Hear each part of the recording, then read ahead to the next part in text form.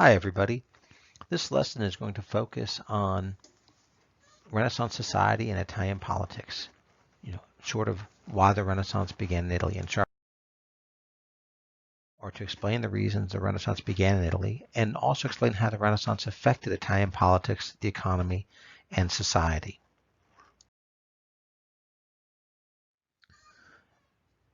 As far as the Italian Renaissance, what was it? Definition of the word Renaissance is rebirth. And really, it was a period of commercial, financial, political, and cultural achievements in Western culture that lasted from about 1350 through about 1600.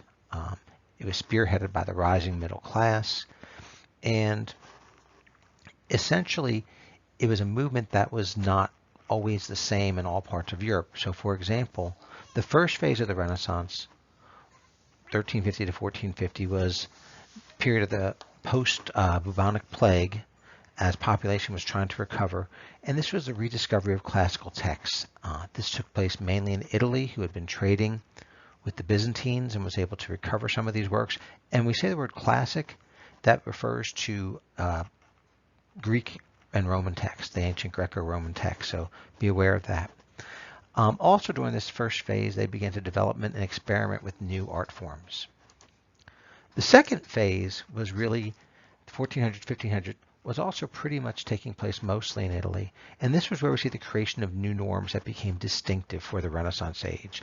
And by the final phase, from 1500 to roughly around 1600, was when the Renaissance spread. So going back to that, what I said earlier, 1450, the Renaissance is alive and well in Italy, whereas France and England are finishing up the 100 Years' War.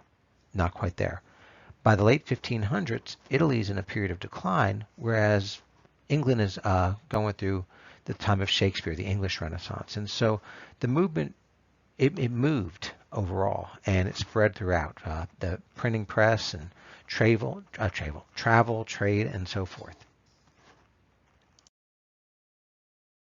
As far as the beginnings, like I said, we're going to see, first of all, the commercial success of the northern Italian cities, namely Venice, Milan, and Genoa.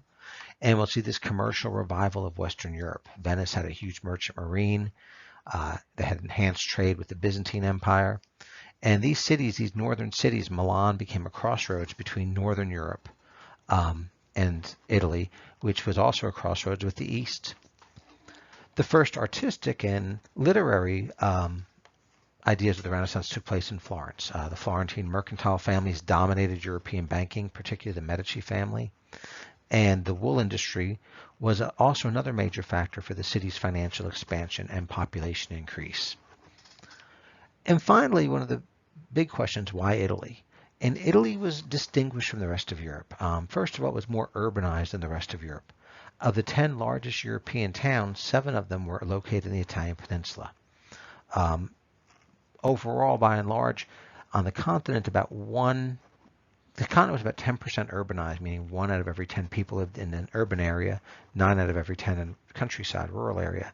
Italy was about 25% urbanized, where they lived in towns and cities. Also in the aftermath of the plague, urban space was still crowded, even though they had lost population. And the areas around these urban areas served as a supplier of foodstuffs. And in the aftermath of the plague, there was just more food available to people as well.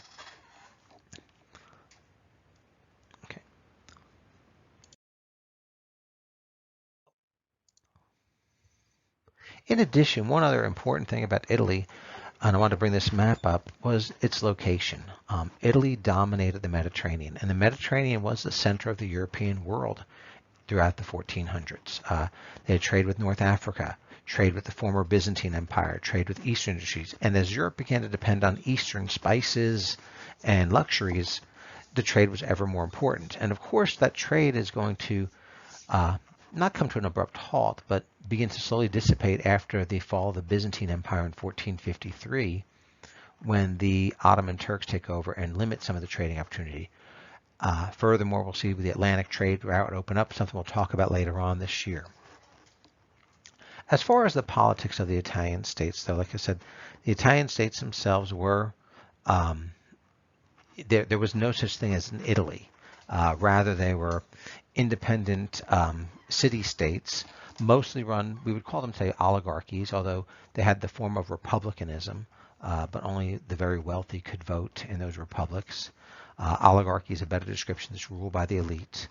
And we'll see there are over 200 Italian city-states, but there's also what we call the Big Five that kind of dominate, the five powers.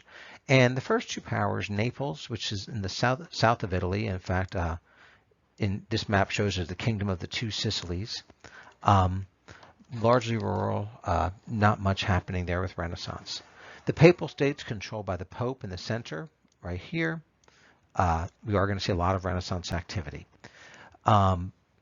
as well. And over here we will see Florence right here in the center, which becomes really the center of the cultural and artistic. But that does spread to Rome. It spreads to Milan, and all of that as well. We'll talk about that when we talk about art later on. Milan up here became really the crossroads of trade. Milan kind of helped control the overland trade routes with Northern Europe and develop. And probably the second most important is Venice. Venice controlled these trade routes that went through the Adriatic into the Mediterranean. And through the 1450s, Venice was relatively prosperous.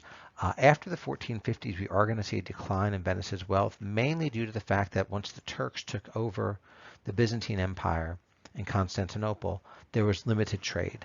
And we will see the trade shift after that period.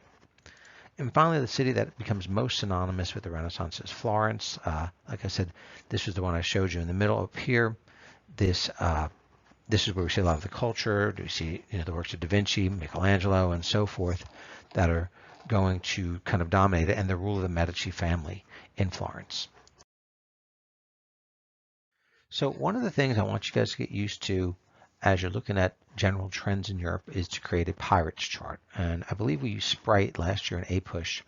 I like pirates and then possibly add the EF to the end for European history. And there's a couple of reasons. Number one, there's a lot more art that you have to know for European history. So the A actually stands for artistic. And then the E and the F at the very end stand for environmental and foreign affairs, kind of a way to kind of think of what's going on. So I want to reiterate, P is political, I is intellectual, R is religious, A is artistic, T is technology, E is economic, S is social. And then the second E is environmental, and the F, foreign affairs. So I'm just going to kind of go over this real briefly and just kind of go over general characteristics based on this chart. So politically, we've already talked about that. There were the five big city-states, about 200 overall. Most ruled officially as republics, where people would elect representatives. However, the majority were actually oligarchies. Okay. Intellectually, we're going to see the age of humanism. We're going to see the return of the classics to Italy, and we'll continue to talk about that in the next lesson. Religion, there's not much right now, but we do need to know that the Pope, who was the head of the Roman Catholic Church, was located in Rome, and Italy was predominantly Catholic even after the Reformation. And the Pope will have a considerable amount of political power as well. In fact, a lot of the top church officials had become more concerned with political and secular ideals and spiritual ideals, which is going to be one of the causes of the Reformation. Artistically, we of course know the Italian Renaissance began, mostly in Florence. We're going to see it spread, several great works, and we'll talk about that in our next lesson. And then technology. The Italian city-states were advanced, like the Venetians were known for shipbuilding, the Florentines for wool, and banking especially. Banking is going to have an important factor in the influence and wealth of the Medici family. Economics, once again, Italy was the crossroads of trade. The Mediterranean world dominated throughout the 1400s. Interestingly, in the 1500s, we see the beginning of the Italian decline for a number of reasons, but one of them being the shift from the Mediterranean as the center of the European world to the Atlantic and trade with the New World. And then social, the Renaissance was a movement that affected mostly the wealthy. It's interesting. The majority of people were poor, and for life in the city could be hard, particularly for the poor. Children of the poor often failed to survive to survive childhood. Many females of the poor were sent out as domestic servants, and we'll talk more about that later on. But overall, it was a tough life, but people had reason to believe that their lives were getting better. In the aftermath of the plague, believe it or not, people had more meat and fish in their diet than they're going to have for the next 400 years. And part of that was that those who worked hard labor were the ones who were dying. And as a result, those who could continue to work were being paid more. They had more money to buy things. There was more food available. And so we will see that. But socially, we are going to see a rising middle class. In the rest of the continent, land determined wealth. But in Italy, a lot of it was just money. And part of that was because Italy was so much more urbanized than the rest of the continent. Okay. The first E is environment. Not much here, but just to help you if you're thinking about it, Italy's location is going to help it to thrive. Once again, it's in the center of the Mediterranean. And then going into F, which is foreign affairs, the Italian states fought with each other often and frequently. There was often shifting balances of power, and we're going to see the decline of the Italian states when they invite foreigners to come and fight on their soil as allies, and we end up being a huge war between the Habsburgs of Spain and the Valois of France that will be fought mostly in Italy, something we'll talk about later on as well. As I said, as far as the experience of life, as I said earlier, it was a hard life, particularly for the poor. But things did begin to get a little bit better, as well. Even the wealthy had it was tough at times, as well. And what made really the big difference in life was parentage and gender. This is going to really govern your life experience. If you were born into a family that was wealthy or middle class, that would determine your lifestyle versus a family that was poor. If you were born into, male or female, also determined what would happen. So, for example, with a middle-class Italian family, sons were often apprenticed at an early age, and they typically married late, around 25 in rural areas, around 30 in the cities. Those that came from middle-class backgrounds would inherit the family business or farm, or tools, animals. And males had they were heads of households, had a virtual monopoly of domestic, economic, and political power. For daughters, marriage prospects relied mainly upon the dowries they could bring to their marriage. They commonly married around the age of 20, often to men that were about 10 years older than them. And as a result of that, we'll see a higher rate of widows because of this age difference. Those who couldn't afford dowries were commonly hired out as either domestics or sent to convents to work. And married life generally involves successive pregnancies. Sometimes the wealthy and middle class made some attempts at birth control, but for the most part, giving birth was a terrifying ordeal. Death was common, and in fact, death was just a companion of Renaissance households. There were frequent, even though the Great Plague was 1348 through 52, there were frequent outbreaks of plague and influenza, which were common, and medical care was quite primitive. Yet life was not unfulfilling. Like I said earlier, people had reason to believe that their lives were better than their ancestors and that their children's lives would be better than their own. And for those that actually survived the plague, their life expectancy increased and their quality of life actually improved. There was a relative surplus of grain, which helped to improve health, a more varied diet, more meat, more pork, more lamb, and so forth, of ordinary people than there would be for the next several hundred years. And the church really remained the central institution in people's lives. Its rituals and holy days offered a sense of community within a city. The church provided explanation for both the mysterious and the mundane. It provided meaning of life for those that were poor. The great equalizer would be the church in the afterlife. And public buildings and monuments reinforced this power of the church and pride.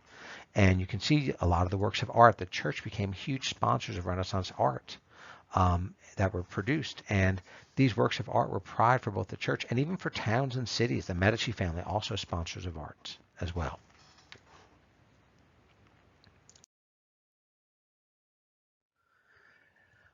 By the 1500s, we're going to see the beginning of the end of Italian hegemony or Italian dominance. And there's actually several things that occur.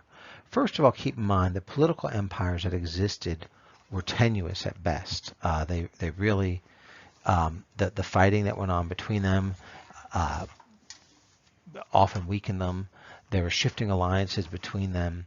And ultimately, we're going to see this whole idea that the empires could last just dissipate. They just weren't strong enough to survive on their own. But probably the most important immediate reason for the beginning of the decline was the Ottoman expansion. Mehmed or Muhammad II had extended control and taken over Constantinople by 1453 when he defeated the Byzantines, and this posed the most direct threat to the Venetians, who essentially lost their seaborne empire. They were unable to continue to control trade the way they once had. But the icing on the cake for the end of the Italians were the Italian Wars. And I forgot to mention, the Peace of Lodi prior to the Italian Wars had established a balance of power amongst the Italian states, somewhat of an alliance that would exist between them. But in 1494, the Peace of Lodi fell apart, and 1494, and the Italian states were unable to overcome these differences and instead plunged into conflicts that destroyed the equilibrium of political power in Italy. These wars brought in foreign intervention. Charles VIII of France made an alliance with Milan, and as a result, he basically conquered most of northern Italy. In fact, he was impressed with the artwork. He brought Da Vinci back to his court. The defeated powers then brought in Spain, the Habsburgs, and the Holy Roman Emperor to offset the influence of the French. And these wars that took place between the Habsburg and the Valois dynasties took place in Italy. And by the 1530s, the Italian states were into a period of decline and had lost a significant amount of their power and influence in Europe. One other reason also would be the rise of the Atlantic trade routes, something we'll discuss later on in this unit.